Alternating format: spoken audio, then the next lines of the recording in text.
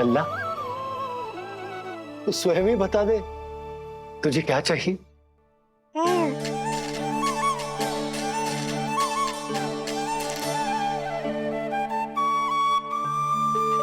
देखो जी, लल्ला ने ही आपकी उलझन समाप्त कर दी।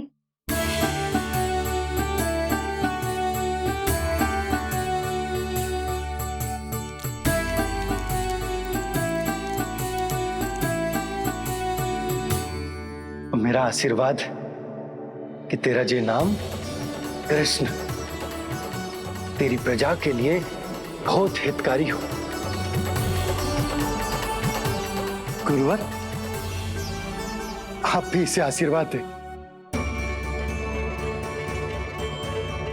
जिनके आशीर्वाद से ये पूरा संसार संचालित होता है, उन्हें मैं क्या आशीर्वाद दूं?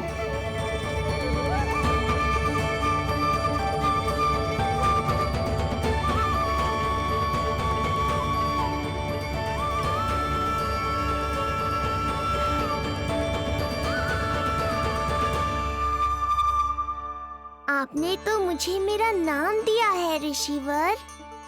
ये तो मेरा सौभाग्य था प्रभु कि आपने इस कार्य के लिए मुझे चुना। पर आपका कार्य अभी समाप्त नहीं हुआ ऋषिवर। एक विनती और है मेरी। आज्ञा दीजिए प्रभु, क्या करना होगा मुझे? बाबा को मेरी वास्तविक पहचान बतानी होगी आपको, और इन्हें इस बात के लिए मनाना होगा कि ये मैया को कभी भी मेरा सत्य पता ना चलने दे। पर प्रभु, मैं ये कैसे कर पाऊंगा? आप ही कर पाएंगे ऋषिवर, क्योंकि अब आप इस कृष्ण अवतार के मुख्य उद्देश्य को जानते हैं। बंद करो, बंद करो ये दुनिया। कौन सी दुनिया? ये दुनिया बंद करो, बंद करो। क्या सुनाई दे रहा है आप? ये शब्द तुम्हें कानों में गूंज रहा है। भारत सरस्वती, रुक जाइए। मुझे मारा।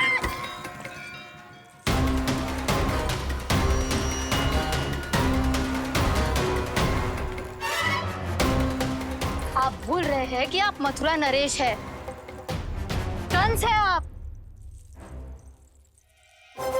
और किसी भी व्यक्ति, वस्तु या घटना से महाराज कंस इतने व्यथित नहीं हो सकते कि वो सुदबुद खो बैठे। स्वयं को संभालिए महाराज। बंद हो गई, बंद हो गई, बंद हो गया वो स्वर, बंद हो गई वो ध्वनि। रात्रि, यूं मत सोचना कि मैं तुम्हें सुन नहीं रहा था। तुम सत्य कह रही हो। मैं कंस हूं। किसी भी व्यक्ति, वस्तु या घटना से व्यथित नहीं हो सकता। दुर्जन, जी महाराज, इस सिंहासन को पुनः स्थापित करो। यदि कोई भी योग्य इसे स्वयं सिद्ध करने नहीं आता तो मुझे पता है मुझे क्या करना है, कैसे उस दुष्ट बालक का संहार करना है। मैं भली भांति जानता हूं। ये दायित्व आपको ही निभाना होगा ऋषिवर। इससे दो लाभ होंगे। एक तो मेरे बाबा कंस के कारण होने वाली चिंता से मुक्त हो जाएंगे, और आवश्यकता पड़ने पर मेरी पहचान को मैया से सुरक्षित रखने में सहायता भी करेंगे।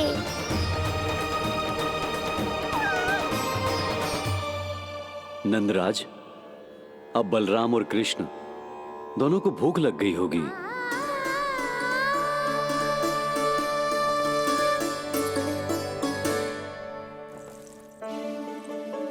प्रणाम गुरुदेव। प्रणाम गुरुदेव।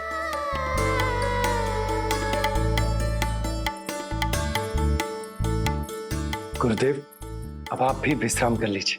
नहीं नंदराज, मुझे शीघ्र ही मथुरा पहुंचना है। राजा वासुदेव और रानी देवकी मेरी प्रतीक्षा कर रहे होंगे।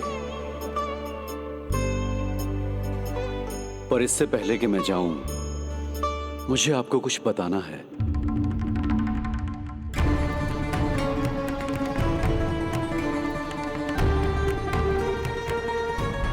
गुरुदेव, आपके ललाट पर बल पड़ गए। सब कुछ ठीक तो है ना? कहीं आप मुझे कंस के बारे में तो ना बताना चाहते? गुरुदेव, मैं जानता हूं कि कंस नवजात शिशुओं की हत्या करवा रहा है।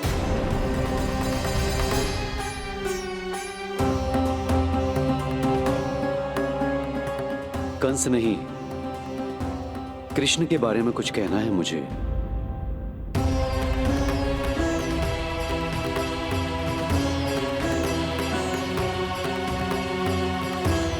बताइए गुरुवर।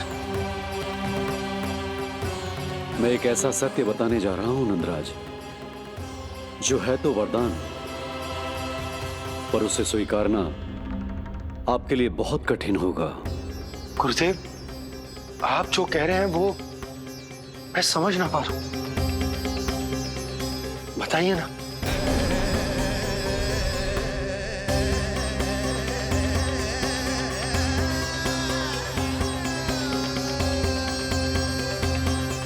बताइए ना गुरुवर।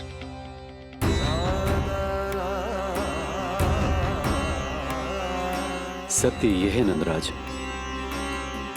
कृष्ण राजा वासुदेव के पुत्र हैं। कृष्ण राजा वासुदेव के पुत्र हैं। कृष्ण राजा वासुदेव के पुत्र हैं।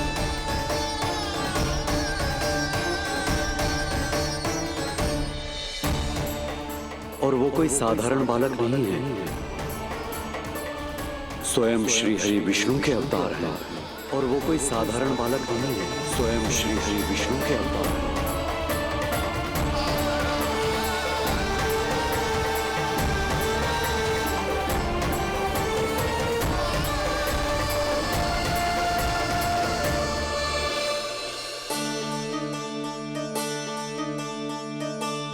कछु विचित्र लग रहा है। कौन हो तुम? मैं हूं श्री विष्णु का अवतार। ये कैसे संभव है गुरुदेव? वो तो नन्हा सा बालक।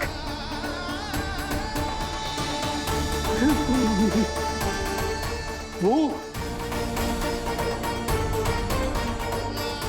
श्री नारायण का अवतार कैसे हो सकता है? और गुरुदेव, आप ये सोच भी कैसे सकते हैं कि वो मेरा लल्ला वसुदेव भैया का पुत्र है? यही सत्य है नंदराज, पिछले जन्म में मिले वरदान का फल है ये।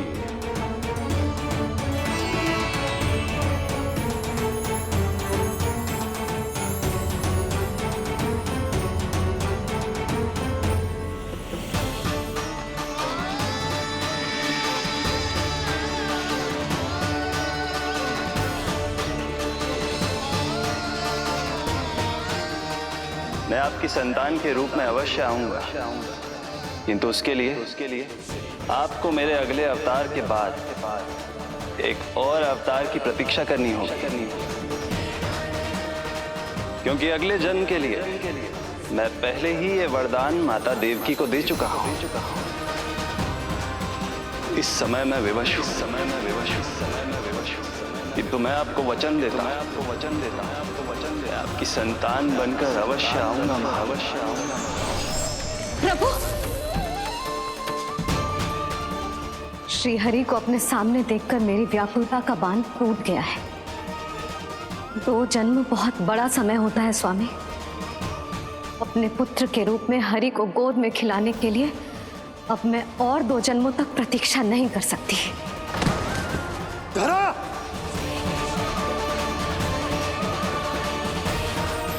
माता देवकी को मैं पहले ही वचन दे चुका हूं, इसलिए विधि के विधान के अनुसार मुझे उन्हीं का पुत्र बनकर जन्म लेना होगा। किंतु आपकी आतुरता का अनुभव करने के बाद अब मैं भी आपका स्नेह पाने से स्वयं को और वंचित नहीं रख सकता। ये जो भी हो रहा है प्रभु की ही लीला है। कृष्ण के जन्म के तुरंत बाद भगवान विष्णु के आदेश पर वासुदेव जी के यहां आना पड़ा और आपकी और रानी यशोदा की पुत्री को अपने पुत्र के साथ बदलना पड़ा और इस तरह कृष्ण आपके और रानी यशोदा के पुत्र बन गए।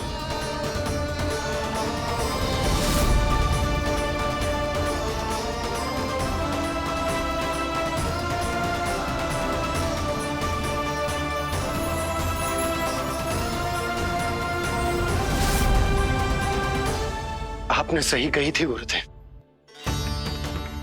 जिस सुनने में तो वरदान ही लगता, पर इसे स्वीकार करना उतना ही कठिन। जब यशोदा को इस बात का पता चलेगा तो उसे कैसा लगेगा? अपने नाम का अर्थ अच्छे से सुनो है ना तूने?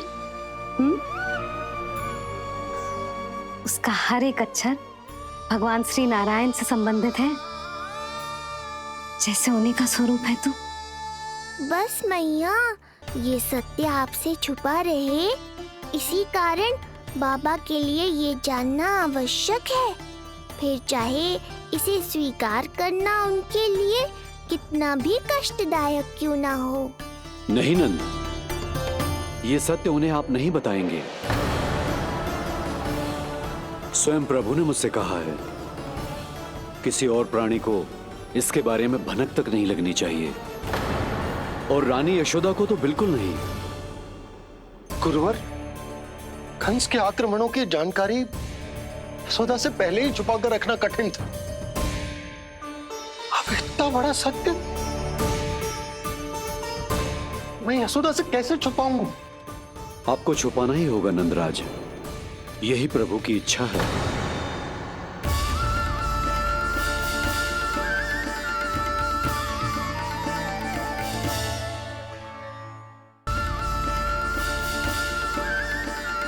और क्यों गुरुवर? ताकि नारायण अपनी मैया की ममता का अनुभव कर पाए। यही तो उनके अवतार का मुख्य उद्देश्य है। मुख्य उद्देश्य? हाँ नंदराज, नर नारायण के अवतार में अपनी तपस्या करते समय प्रभु ने जो अनुभव किया था, उसके कारण ममता के सुख का अनुभव करने के लिए प्रभु व्याकुल हो उठे थे। ऐसा क्या हुआ था, मुझे भी बताइए। हो सकता है ये बात इस सत्य को स्वीकार करने में मेरी सहायता करे। बहुत समय पहले की बात है। अनेक देवी देवता परम प्रभु विष्णु के पास बैकुंठ गए थे। वहां प्रभु की आंखों में आंसू देखकर वो सभी स्तब्ध रह गए।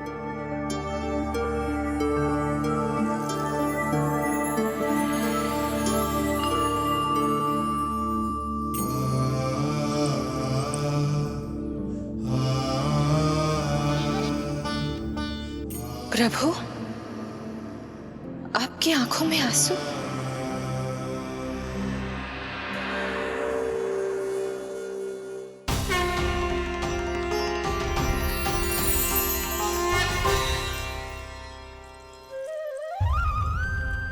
चिंता मत कीजिए, आप सब तो जानते हैं, हिरण्यकश्यप को मारने के लिए मैंने नरसिंह अर्थात आधे मानव और आधे सिंह के रूप में अवतार लिया था।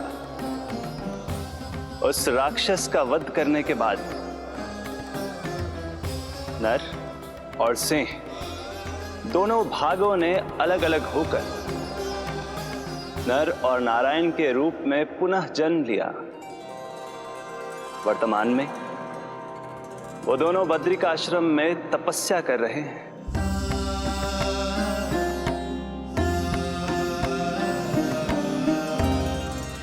आज उन दोनों ने कुछ ऐसा देखा जिसने मुझे भी भावुक कर दिया।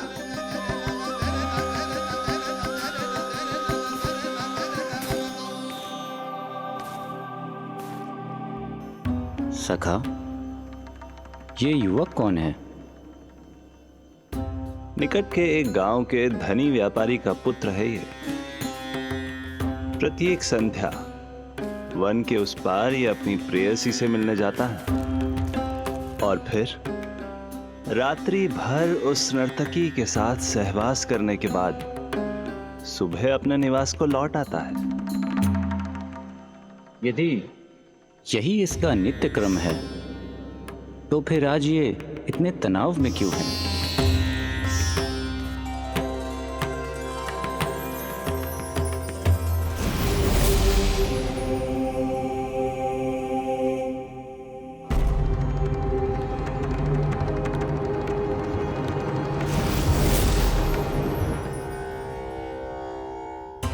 कल रात्रि प्रेम क्रिया के मध्य उस नर्तकी ने इससे पूछा, ये सबसे अधिक प्रेम किससे करता है? जब इसने कहा तुमसे, तो वो बोली, तुम्हें अपने प्रेम को सिद्ध करना होगा।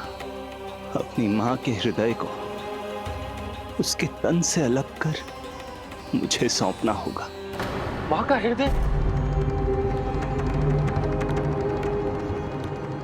फिर क्या हुआ प्रभु? वो लाया अपनी मां का हृदय? ये जिज्ञासा यक्ष प्रश्न बनकर पूरे दिन नर और नारायण के मस्तिष्क में कौंधती रही। उन्होंने संध्या होने तक वहीं नदी किनारे प्रतीक्षा करने का निर्णय लिया ताकि वो ये जान सके कि क्या वो युवक अपनी क्रूर प्रेयसी को छोड़ेगा या वासना में अंधा होकर अपनी ही माता की हत्या करने का जघन्य अपराध करेगा। अब उसके वन पार करने का समय बीत चुका है। युवक ने विवेक का परिचय दिया है सखा। हे प्रभु, आपका कोटि कोटि धन्यवाद।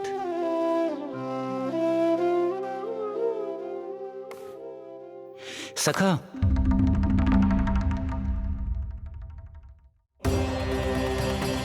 सखा मुझे बताओ, जो अकल्पनीय था कहीं वो घट तो नहीं गया?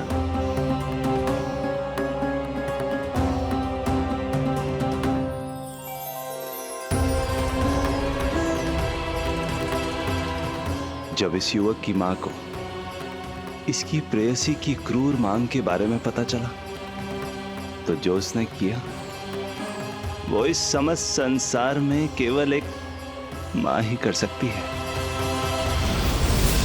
बस इतनी सी बात?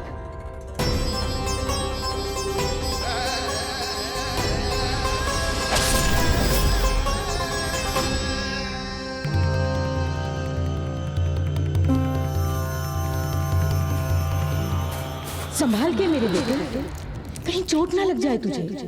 संभाल के मेरे बेटे, कहीं चोट ना लग जाए तुझे। संभाल के मेरे बेटे, कहीं चोट ना लग जाए तुझे। ये तो उसकी मां की पुकार है। मां, मैंने क्या कर दिया मां? मां!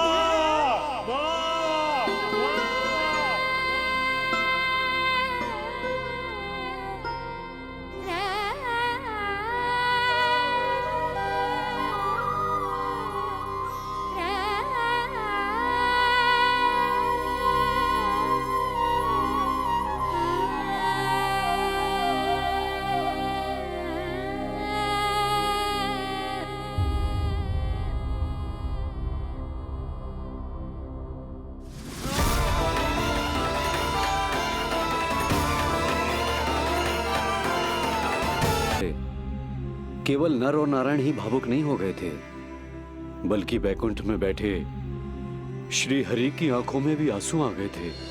ममता के लिए तरसने लगे थे वो। इसीलिए उनके इस अवतार का मुख्य उद्देश्य है मां की ममता का अनुभव करना। यही कारण है कि ये सत्य आपको रानी यशोदा से छुपाना ही होगा नंदराज। नहीं तो वो कृष्ण को मां की दृष्टि से नहीं, एक भक्त की दृष्टि से देखेंगी, और प्रभु जिस आनंद के लिए इतना कष्ट उठा रहे हैं उससे ही वंचित रह जाएंगे। बोलिए नंदराज, आप श्री नारायण के इस सत्य को गुप्त रखेंगे ना?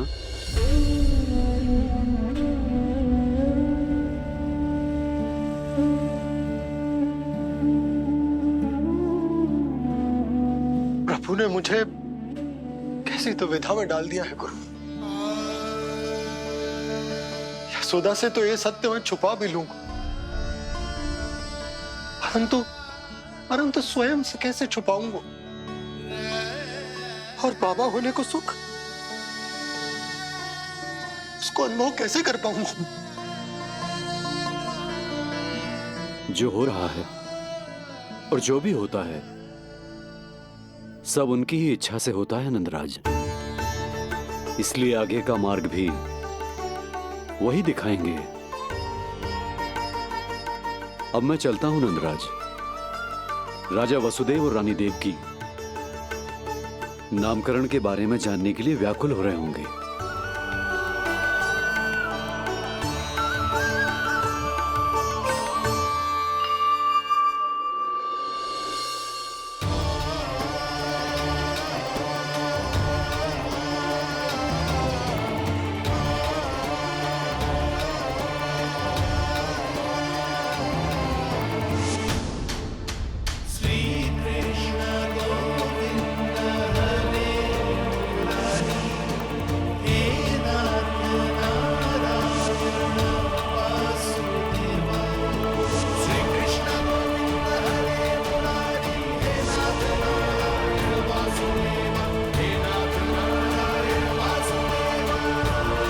सत्य यह है नंदराज, कृष्ण राजा वासुदेव के पुत्र हैं।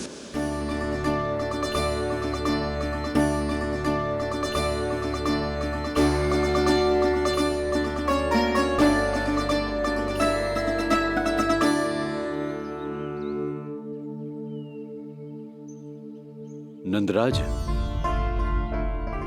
अपने आप को संभालिए और शांत चित्त से घर लौटिए। और हां, स्मरण रखिए कि प्रभु ने आपको बहुत ही बड़ा उत्तरदायित्व सौंपा है। आपको उसे निभाना ही होगा।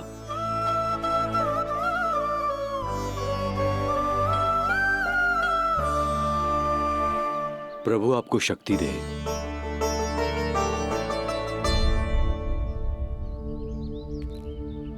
आप बहुत सौभाग्यशाली हैं नंदराज। जो प्रभु आपके घर पल रहे हैं उनके बारे में सोचिए, जिनके यहां प्रभु ने जन्म लिया है। वो दोनों तो प्रभु की बाल लीलाओं से पूरी तरह से वंचित हैं।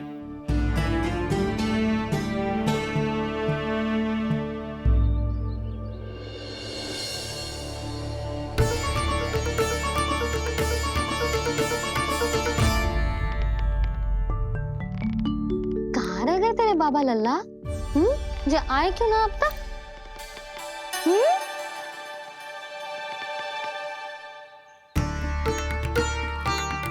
मेरा लल्ला मेरा ना है, वो तो मेरे आराध्य नारायण का अवतार। और ये बात मुझे यशोदा से छुपानी।